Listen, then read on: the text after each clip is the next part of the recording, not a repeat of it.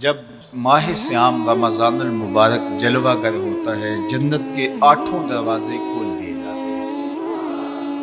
جہنم کے دروازے بند کر دیے جاتے ہیں اور شیاطین جکڑ دیے جاتے ہیں۔ اللہ جل شانہ اس موسم رحمت میں خاص عنایات اپنے بندوں پہ فرماتا ہے۔ ایک نفل ادا کرنے سے فرض ادا کرنے کا ثواب ملتا ہے، اور ایک فرض ادا کرنے سے 70 فرائض ادا کرنے کا ثواب ملتا ہے۔ اسی طرح راہ خدا میں 1 روپیہ دو گے تو 70 روپے خرچ کرنے کا ثواب ملے گا۔ اسی طرح باقی نیکیاں بھی جتنی بھی ہم کرتے ہیں، وہ ایک نیکی کریں گے تو 70 گنا اجر ماہ سیام میں ہمیں نصیب ہوتا ہے۔ اس لیے اہل ایمان کا یہ طریقہ ہے کہ وہ اس مہینے میں کثرت کے ساتھ تلاوت کرتے ہیں، کیونکہ ایک مرتبہ اگر قرآن مجید پڑھ لیا تو 70 مرتبہ قرآن مجید پڑھنے کا ثواب نصیب ہوا۔ ماہ سیام میں چونکہ شیطان بندھا ہوا ہوتا ہے، تو ہم اپنے آپ کو نیکی کی طرف اگر لانا چاہیں تو اتنی رکاوٹیں نہیں ہوتی جتنی عام دنوں میں ہوتی ہیں، لیکن اس کے باوجود بہت سارے لوگ ہیں جو رات کو بڑا پکا ارادہ کر کے سوتے ہیں کہ میں صبح وقت پہ اٹھوں گا اور نوافل بھی پڑھوں گا اور نماز بھی ادا کروں گا، لیکن جب صبح ہوتی ہے تو انہیں یا تو جاگ نہیں آتی یا نیند سے بیدار ہو جاتے ہیں، بستر سے اٹھا نہیں جاتا۔ جبکہ وہی شخص انہوں نے صبح سبزی منڈی جانا ہو تو چھلانگ لگا کے اٹھتے ہیں اور سبزی منڈی پہنچتے بھی ہیں۔ سستی طبیعت کا کسل نہیں ہوتا۔ عمومی طور پہ ہم اپنے آپ کو بیمار تصور کر لیتے ہیں اور سستی اور کسل کا نام دے کر کے، بہانہ دے کر کے ہم کہتے ہیں کہ بس کیا کریں، ہم کو ارادہ کرتے ہیں روز لیکن ہم سے اٹھا نہیں جاتا، بس طبیعت اس طرح کی ہے، کسل ہے، سستی ہے۔ یہ بات ذہن میں رکھیے گا کہ ارادہ کرنے کے باوجود بھی صبح جب ہم اٹھ نہیں پاتے یا کوئی بھی نیکی کا کام ہم کرنے کا ارادہ کرتے ہیں تو ارادہ کرنے کے باوجود ارادہ ہی رہ جاتا ہے، ہم کر نہیں پاتے، تو اس کا سبب یہ ہوتا ہے کہ بہت سارے ہم گناہ کر چکے ہیں اور ان گناہوں کی وجہ سے ہم نیکی کی توفیق نہیں پاتے۔ حضرت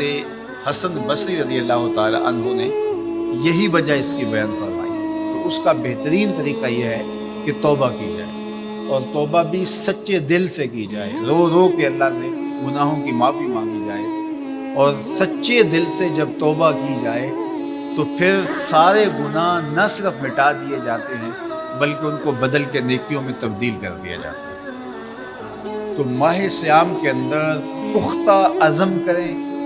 اور اس عزم کو عمل کی شکل دینے کے لیے سچی توبہ کریں کہ ہمارا یہ رمضان اس طرح سے گزرے، یہ مہینہ اس طرح سے بسر ہو کہ ہم اس مہینے میں اللہ تعالیٰ کی قربت حاصل کر لیں، ہم گناہوں سے پاک ہو جائیں اور ہم جو ثمرات ہیں، جو فوائد ہیں اس مہینے کے، وہ ہم سمیٹ سکیں۔ تو یہ وہ مہینہ ہے جس کے انتظار میں میرے اور آپ کے آقا و مولا اپنی آنکھیں لگائے ہوتے تھے اور دن گن گن کے وقت گزارتے تھے کہ ماہ سیام آ رہا ہے۔ تو اس مہینے کا عزت کے ساتھ، تکریم کے ساتھ، اعزاز کے ساتھ استقبال کرو اور اس کو پلکوں پہ بٹھاؤ، اس کو دل پہ بٹھاؤ۔ اس مہینے کی تکریم یہ ہے کہ اس میں ہر برا کام چھوڑ دیا جائے۔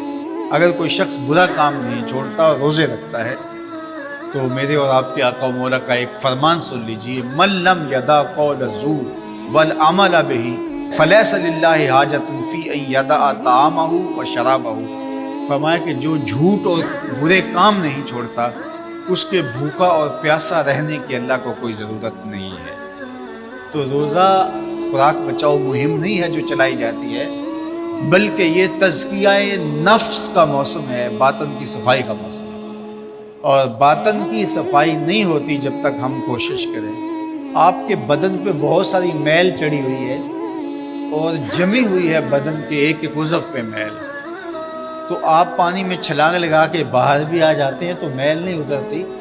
چلو کچھ نہ کچھ فرق تو ضرور پڑ جاتا ہے، لیکن میل نہیں اترے گی۔ میل کب اترے گی؟ جب آپ اپنے بدن کو مل مل کے اس کے اوپر صابن لگا کر کے اچھی طرح سے اس کو جب اتاریں گے محنت کوشش سے، تو پھر آپ کا بدن مہک جائے گا، ہلکا پھلکا ہو جائے گا، میل اتر جائے گی۔ یہ موسم رحمت ہے، اللہ کی رحمتوں کا می برسے گا، اس سے کچھ نہ کچھ فائدہ تو ہوگا ہی، لیکن حقیقی فائدہ وہی حاصل کرے گا جو اپنے گناہوں کو مل مل کے دھوئے گا اور اپنے آپ کو صاف کرنے کی کوشش کرے گا۔ تو اپنے من کے میل اتارنے ہیں، اپنے باطن کے میل اتارنے ہیں، اپنے اعمال کی درستگی کی کوشش کرنی ہے۔ صلاۃ التراویح مسجد میں نہیں آ سکتے تو گھروں میں پڑھ لیجئے۔ جس طرح بڑی عمر والے لوگوں کو، بیمار لوگوں کو کہا گیا کہ آپ گھروں میں پڑھ لیں، بچوں کو کہا گیا، لیکن چھوڑیے گا نا، یہ رمضان المبارک کا خاص عمل ہے۔ آج کل دین بیزار طبقہ مختلف جگہوں پہ بیٹھ کے مسجد پر، مدرسے پر، تراویح پر،